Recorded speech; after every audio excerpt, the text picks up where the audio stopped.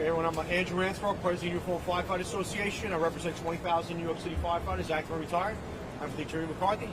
Jim McCarthy, President of the Uniform Fire Officers Association, represent about 7,000 active and retired. Right, we're here to announce that in a half an hour, the deadline for firefighters to reveal to the city whether or not they're vaccinated will end. At this moment in time, Office of Labor Relations, the Department, or the Mayor have not reached out to us with an offer to negotiate or end negotiations related to this mandate. Our members still don't have all the information that's needed related to the mandate, and at this point in time, they're all left in limbo. We don't know. They don't know what's going to happen, and we don't know what's going to happen. What the department fields as a team on Monday, who's going to show up into the firehouses, at this point, we still don't know. We've reached out to the de Blasio administration before the rally we had the other day, talked about trying to negotiate the parameters of this mandate. We've heard nothing back. We've got nothing but silence. They've talked with some other unions. They've talked with the teachers. We haven't got an extension. We haven't got any parameters that we've asked for. Why does this mayor, why does this administration treat us like second-class citizens and people that don't need to be talked with? We're not just numbers on a spreadsheet. These are the first responders and the essential workers we were called years ago. Why are we being treated like this? All we need is an extension and some more time to make those decisions. And as we have said from the beginning, the New York City Fire Department is already in a manpower crisis, a staffing crisis, I should say, staffing crisis. We have members who are working 3 and 4 tours in a row. That's up to 48 hours. The members are already tired. Due to the manpower shortage, the engine company behind us has been closed for the day. We believe they'll be open in an hour and a half when the night tour shows up. But this is going on around the city, that we're already short-staffed and members can no longer work the tours that they have. For the mayor to turn around and say we can run this department with 25 to 35% less members is ignoring the fact that we can't even keep firehouses open today. New York City is going to come to a crisis on Monday morning. Response times are going to go through the roof. And as I said yesterday, every day in the city of New York, on average, there's over 60 fires, 1,400 life-threatening medical emergencies, and over 80 people a day on average have heart attacks. When you close firehouses, you affect response times, and you affect the time it takes to get people what they need, and that is us to help save their lives. We had 2 major fires last night and today, 2 major fires in the city. And a lot of firefighters and fire officers were injured at those fires. That's just a standard day in the fire department. We're already understaffed from years ago. We're under headcount because of the hiring freeze and the promotion freeze. We don't have enough people to staff the companies as it is, and that's the responsibility of the department and the city. Staffing the companies in the fire department are the responsibility of the city. Our members are going to do whatever they're asked to do. When the alarms go off and they're at the proper staffing level, they're going to respond and do whatever we can for the citizens and residents of New York City. If you're not going to give us the tools, if you're not going to give us the manpower, the staffing to do those things, we're not going to be able to get them done. This all falls on the de Blasio administration because they're not giving us time to make decisions. So people retired and people are taking other leaves just because they can't get decisions done in time. We're not giving time to make life-changing decisions. It's very important that we get an extension. Right, and the less and less companies that you have responding to more and more runs, working more hours, doing more work, you will inevitably have more firefighters getting sick and injured. Over the last week, I've been making a plea for the lives of New Yorkers, that this is going to affect their lives. This is also going to affect our lives and our safety. We have always fought the department to increase staffing, increase the number of firehouses. The department and this mayor is willingly going in the opposite direction. We would never advocate for a firehouse to be closed or for members not to work overtime. We need everyone we can to keep this city running and keep it safe. We're trying to avoid what is going to be an inevitable disaster by design on Monday morning. Andrew, 6 members of Ladder 113 got suspended this afternoon for driving their rig while on duty over to State Senator Myrie's office in Brooklyn. What do you say about that behavior, if true, and what is your message to other members who are upset about this mandate? Well, specifically all you said is they went over there. I don't have specifics either. It is not, members are not supposed to advocate for themselves on duty. They threatened the state senator and told him there would be blood on his hands.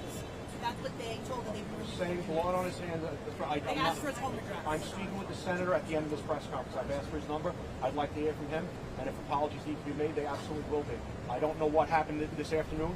I have heard a little bit about it, but that's from the press. We're unaware of what happened in that incident. The department may be investigating. We're not sure what happened. I haven't been told about it. Absolutely So when not. the investigation comes, we'll be able to do it. But what we're here to talk about is the staffing and what's going on right now. Our members are available to work overtime to fill in these staffing issues at the second, after their second tour, if their second tour working in the firehouse. According to regulations, that's when they're aware. We don't want our guys and girls working over 24 hours, and they'll be fatigued, more likely to be injured, or more likely to have citizens injured.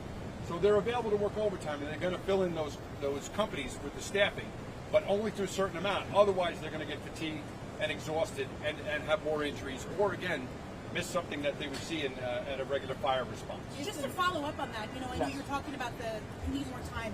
The DOE and the teachers received this mandate a month ago. Right. Did you anticipate this coming down the pike? And what do you need more time on? And on From that what I note, understand, the DOE had about 40 to 50 negotiations with the city before they reached an agreement. We've had one. It took an hour and a half, and as of this time, the city has not gotten back with us about anything. So they have not responded to anything. I believe this is probably the same with every other union in the city. You must keep in mind that every other union, the police, sanitation, EMS, they're all dealing with the same thing. The city has not gotten back to them, but the clock is still ticking. You've urged your members to get vaccinated. Absolutely, that's on record. Right? So Absolutely. do you want to do that again? Pardon me? Would you like to say that I again? could say that all day long. It's not going to happen. But why? Everyone's told them. Why is that? Right now, their livelihood is on the line, and their paycheck is on the line. If that doesn't motivate them, then me telling them to get vaccinated is not going to help them. They believe they have natural immunity. I believe in natural immunity. For any of my members that still have antibodies, the studies prove that it's viable. And why this artificial deadline is causing this stress to these members. Obviously, if this hadn't happened, no one would have driven over to the senator's office. There's a lot of people with a lot of stress. They don't know how they're going to feed their families, and they have to make this decision on an artificial timeline. It's unfair to New York City firefighters. It's unfair to police officers and everyone that have been keeping the city together for 20 months during the pandemic to say you have 9 days to choose between your health care or the decision you want to make about your health care and whether or not you're going to receive a paycheck. do you think it was stress that caused 6 members to threaten the state senator with nothing to do with the city issued mandate? You're saying Actually, that it that's what definitely was? wasn't common sense. If No, you we could had sit a down- test and vac system in place for the longest period of time before this mandate came down. It was working great. Thousands of tests for our members on duty, and we had less than 0.5% test positive for COVID. Less than the general public is. Just even most recently, the positive test results have gone down 50%, from 4% to 2%. Our positive test results are less than 0.5%. We are doing very well under the test and vac system. Why couldn't we maintain that? And then the mayor wouldn't maintain that system and impose this mandate with a 9-day window to make a decision. It's not enough time.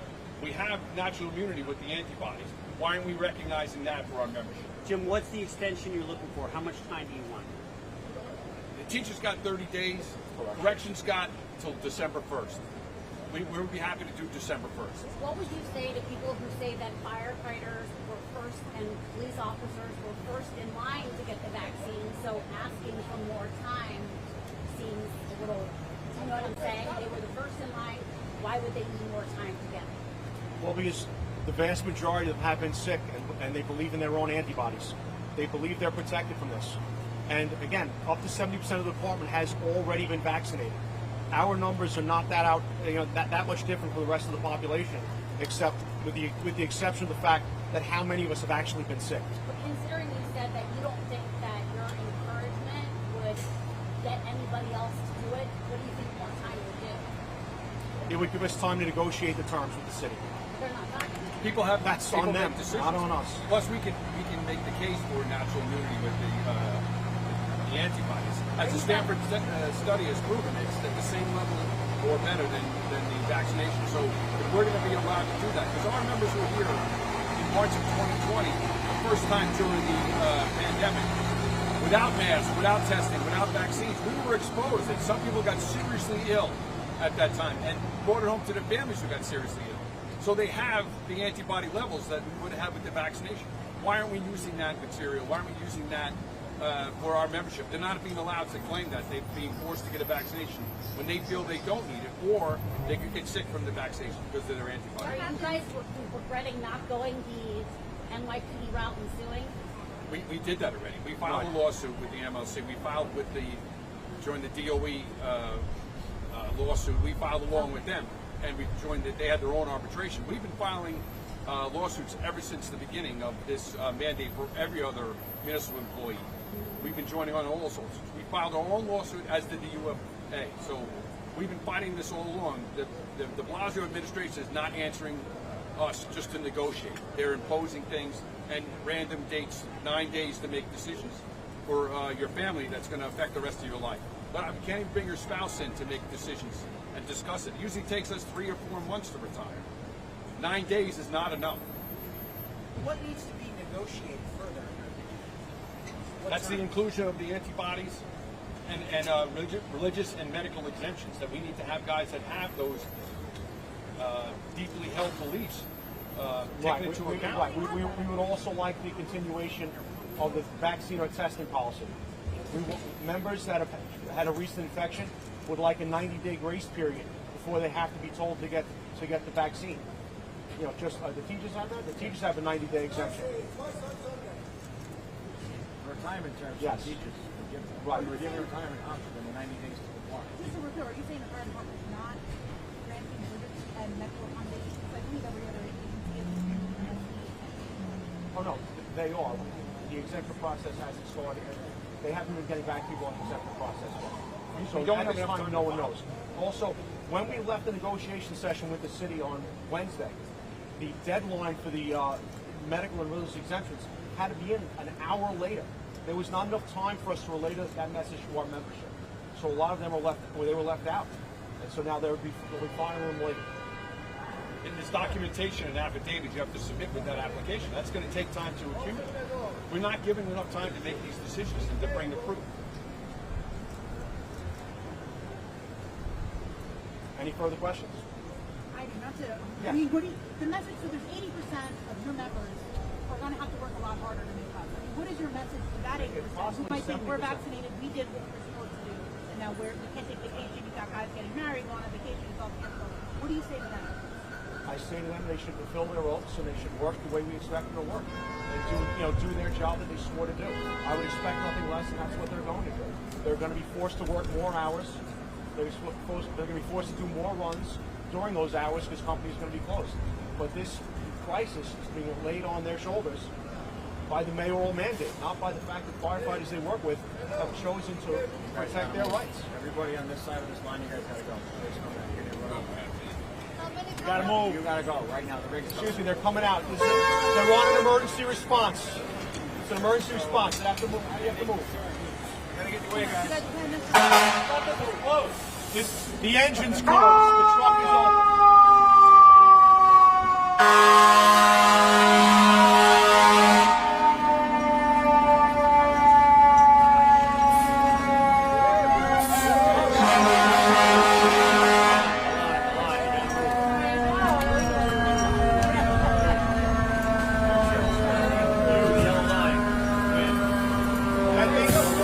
Back in. Swings out. Swings in.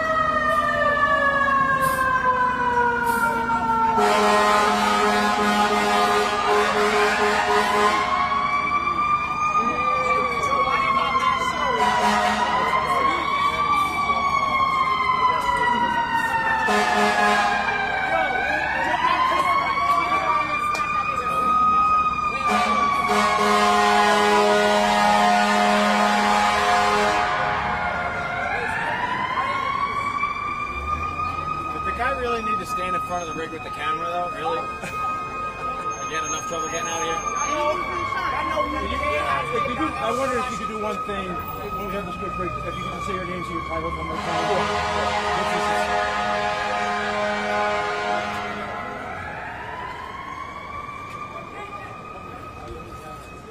How many companies are expected to be closed by Monday? I'm sorry? How many companies are expected to be closed by Monday? there's no way to estimate how many companies are going to be closed at this point in time. As I said, the deadline is in about an hour to get your information in, so the department can start making plans.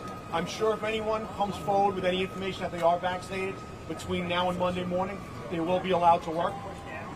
So, you know, I'd like to use this time to let any of our members know that if you are vaccinated, you must let the department know.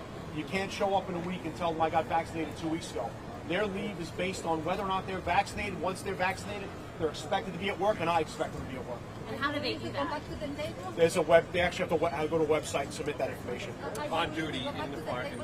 Like the Pardon? NYPD? I don't know what they do. But Yeah, they have the same thing. where Absolutely. You can't access it out. We're always outside willing to of, like, negotiate. office. My members want us to negotiate. They want to know the terms of what's going on.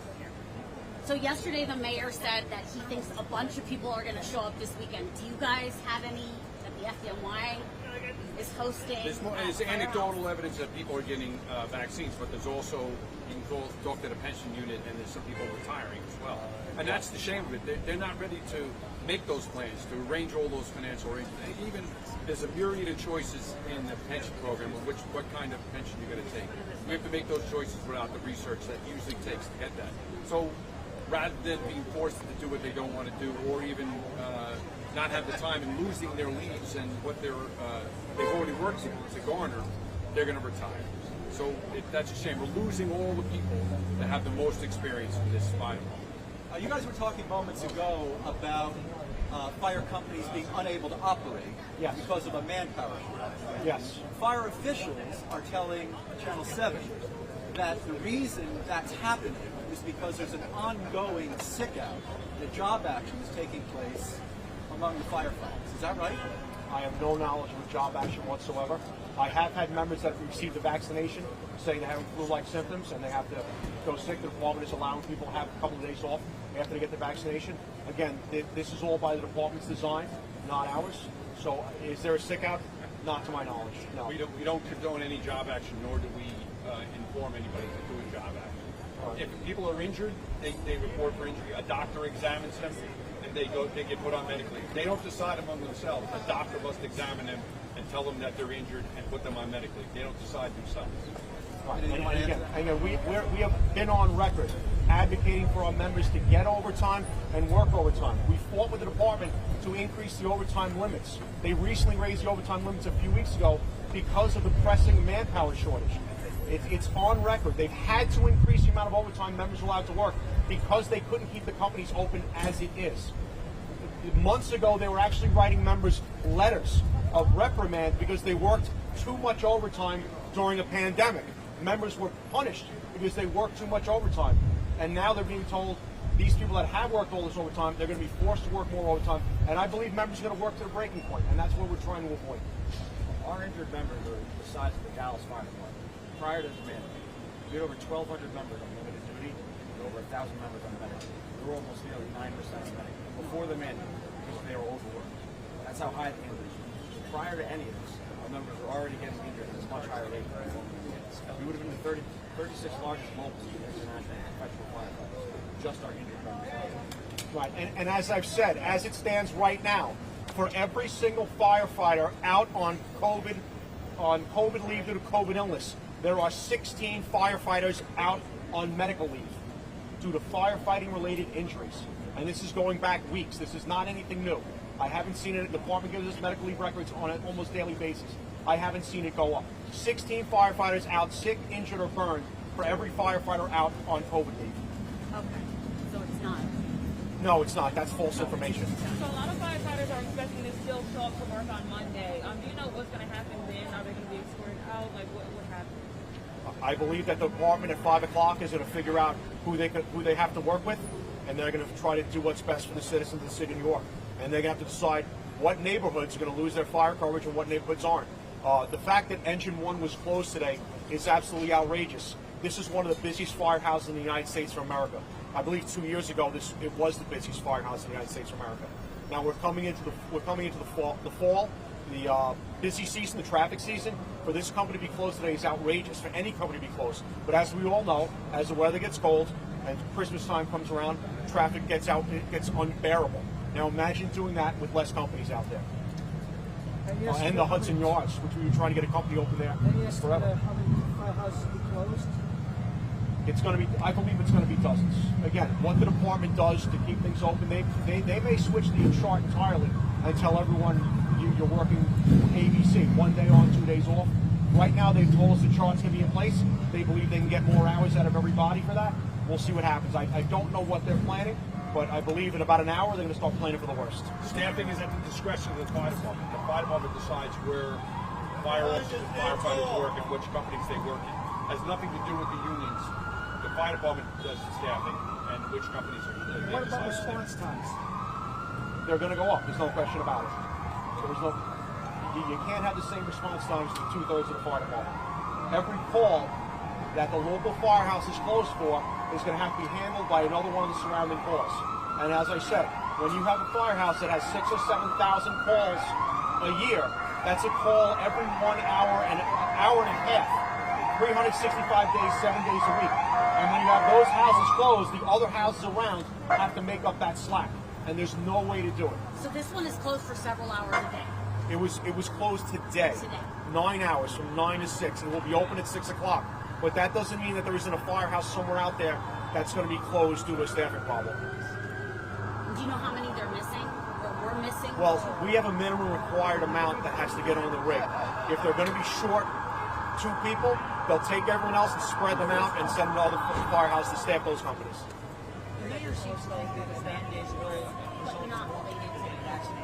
Okay, but just regular staffing. Absolutely, that will absolutely happen. We're here to negotiate that this be a smooth transition, and that members are afforded their time to make their decision and get their affairs in order.